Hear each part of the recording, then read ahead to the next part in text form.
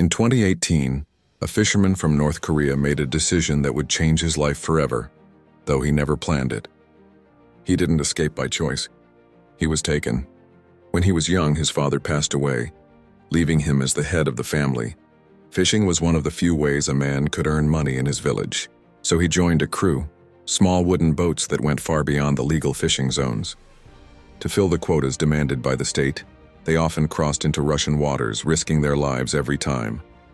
One cold morning, as they were hauling their nets, someone shouted, "Russian warship!" Before they knew it, 5 North Korean boats, including his, were surrounded. The thunder of sirens filled the air. Soldiers with rifles boarded their ship. His knees shook as he lay face down on the deck. All 25 fishermen were taken away, locked up in a Russian detention center. 3 days later, most of them were released and sent back to North Korea. But not him, not his crew. Why? Because of one simple mistake. He had forgotten to erase the GPS data from their boat, the proof that they had crossed the border. The Russians called it illegal fishing. He and 4 others were charged and sentenced to 1 year and 2 months in prison. He spent 6 months in detention before the trial, terrified and completely alone, in a country where he couldn't speak the language, with no idea if he'd ever see his mother again. But as months passed, something strange happened. He began to adapt. He picked up Russian words, made friends with other prisoners, and even began to smile again. He says, "After 3 months, I got used to it. Actually, the life there wasn't so bad." He laughs. Compared to North Korea, it felt like luxury. The prison had bunk beds, toilets that flushed clean water, and even a refrigerator. He says, "Can you imagine?" In North Korea, most of us didn't even have electricity. And here, we had sausages, rice porridge, meat. It was like another world. He even joked that the Russian inmates smoked and drank right inside the cell, something unthinkable back home. For the first time, he said, "I thought, maybe this place isn't hell after all." But then his sentence truly began. He was transferred from the detention center to the real prison, and the atmosphere changed completely. The new prisoners weren't ordinary men. They were powerful, dangerous, some with connections to the Russian mafia. When he first entered, one inmate, and the leader, questioned each newcomer. "What's your crime? Why are you here?" Even the guards treated them with respect, afraid to cross them. When it was his turn, he spoke in broken Russian, just enough to be understood. Luckily, the cell leader took a liking to him. That simple act of mercy may have saved his life. In that cell, there were no guards watching. Only the prisoner's own rules, their own laws. He followed orders, did small errands, fetching cigarettes, cleaning, even carrying small packages. He never got beaten, never got in trouble. Compared to North Korea, he said, even prison was a better life. He laughs again, half in irony, half in pain. But his story didn't end there. When his sentence was almost over, the world changed. COVID-19 hit, and North Korea closed its borders completely. No citizen abroad was allowed to return. He was free, but with nowhere to go. He was transferred to a foreign detention center, a place worse than prison. No money, no food, no cigarettes. He picked up used cigarette butts from the ground just to smoke. The $10 the Russian government gave him for transportation, half of it was taken away by the North Korean embassy. There was no sentence this time, only waiting. Waiting for a world that might never reopen. No laughter, no kindness. Only the silence of people who were all just waiting for something that never came. Then one day, a faint light appeared in that endless silence. He met a man from Uzbekistan, another drifter, another forgotten soul. The two shared food when they could, shared stories when words weren't even needed. One afternoon, the Uzbek man handed him a small old cell phone and whispered, "Use it for a little while." And that moment changed everything. For the first time in years, he saw the world beyond the walls. He searched South Korea.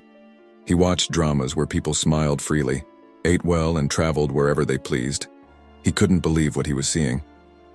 He laughed quietly to himself. How strange it was to experience capitalism inside a Russian detention center. But as he watched, something inside him began to shift.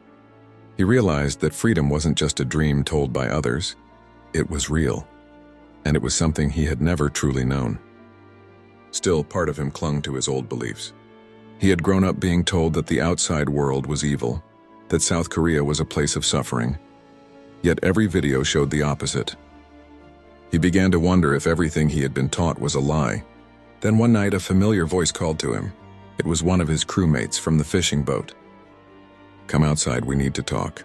They are waiting in the dim corridor were the captain and another fisherman.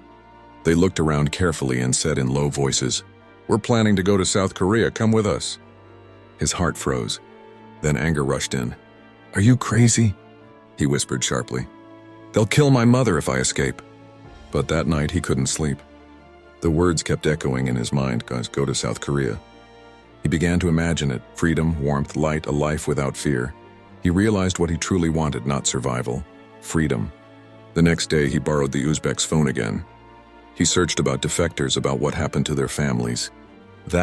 When he discovered something unbelievable. More than 35,000 North Koreans were already living in South Korea. 35,000. He smiled for the first time in months. They can't punish 35,000 families, he thought. And with that, his fear began to turn into courage. He and the others decided to reach out to the South Korean embassy in Russia. They explained who they were, begged for help, and gave their location. The embassy couldn't act directly, but they connected the men with the United Nations Refugee Agency. That was the first real spark of hope. With the help of the UN, a local Korean church, and human rights groups, he began to receive food and even a small phone of his own. When he walked into the center carrying bags of food, others stared in disbelief. He smiled and said, "These are from the UN.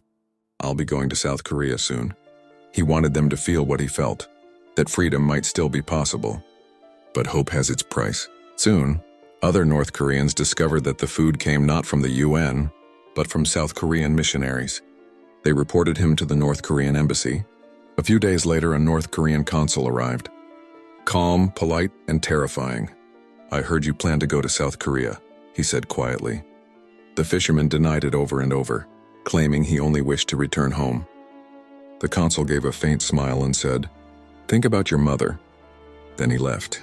That night, the fisherman sat in the dark thinking about his mother, alone, waiting in North Korea, and about his own life, which had already been taken from him once. He knew there was no going back. Months passed. The maximum stay in the detention center, 720 days, and was almost over. If his asylum wasn't approved before then, he would face trial again and possibly be deported back to the country he could never return to. Then, just as his hope began to fade, the UN submitted his case to the Russian court, guaranteeing him protection as a refugee. The court accepted. He was free. But freedom brought a new kind of fear. The North Korean embassy already knew. Would they be waiting outside? For the final time, he prayed, not for safety, but for a chance to live freely, even if only for a moment. Within an hour, UN officers rushed him out of the center. They changed cars several times, moving fast through unfamiliar streets, until finally he saw it, the airport. Moments later, he was on a plane. As it rose into the sky, he looked out the window and whispered, 4 years and 4 long years. From the sea, to prison, to detention, and finally to freedom. He would later say with a quiet smile, "It all began with a mistake, but maybe that mistake was destiny."